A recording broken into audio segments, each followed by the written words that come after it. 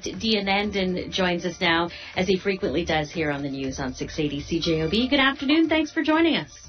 Good afternoon. How are you? We're doing well. We've had a couple of days with lower case numbers, 312 today and then around 260 yesterday. The optimist in me says, has the peak passed? It might have. Of course, we have to be careful and not be too premature in that declaration, but around the country, it looks like the peak might have passed in most cases. Therefore, it seems likely it has in Manitoba as well, but we won't know for a couple of days still. Yeah, and I guess the ongoing question here, Raywat, is at what point can we breathe a little easier? Julie mentioned a couple of days, but I'm sure you're probably looking for something more like a couple of weeks. Oh, dear. Is everything okay there? Oh, yes, my baby's playing with stuff in front of me. It's fine. Okay. I was wondering. I was thinking, are you smashing plates during your interview? I hope it isn't that bad. No, I think a couple of days you'll know if the downward trend is applicable, but you can't breathe easy until you're below a certain level, obviously, until the crisis is gone. And the crisis won't be gone for a few weeks still. But most parts of the world, the peak of the second wave or third wave or fourth wave, depending on where you live, is behind us. And in this country in general, this peak seems to be behind us. But there's going to be some local variations, of course. We are now opening up more vaccine appointments for people to get their second doses. Have we seen the numbers yet bear fruit in that vaccines work and that people should realize that getting not just one dose but getting that second dose will really protect them just that much more?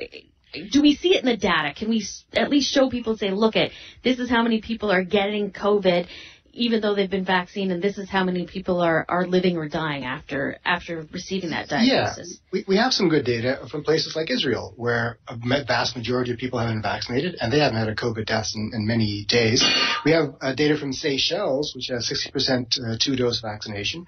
They famously have a surge in cases, but not a lot of deaths. In fact, 0 deaths amongst the vaccinated people, and not a lot of hospitalizations. So even though a place like the Seychelles has a surge in cases, they're not serious cases. So vaccination, at the very least, gets rid of the seriousness of the disease and maybe takes it away entirely. It's definitely the way out of this.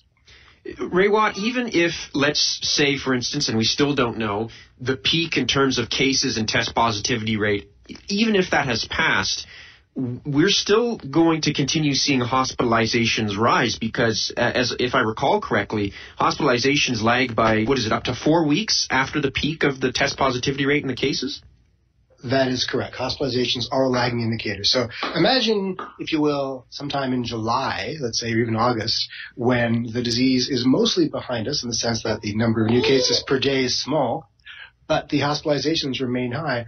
How does that affect us? It affects us in the kinds of things we can do and the kinds of industries that can open. For example, the film industry may not want to film in places like Toronto if there isn't space in the hospital in case their stuntmen get injured.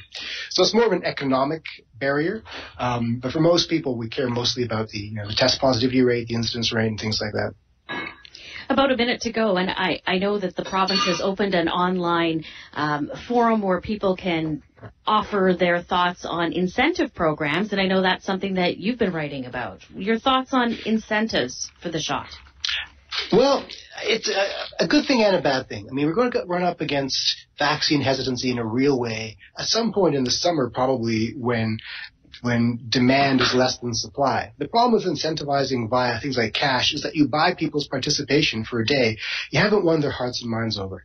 So this is a longer-term ordeal, trying to win back science literacy from the population, trying to convince people that this is the way forward.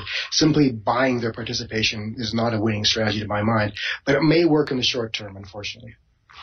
University of Ottawa epidemiologist Raywat Deonandan. Raywat, always appreciate your time. Thanks so much. Thank you.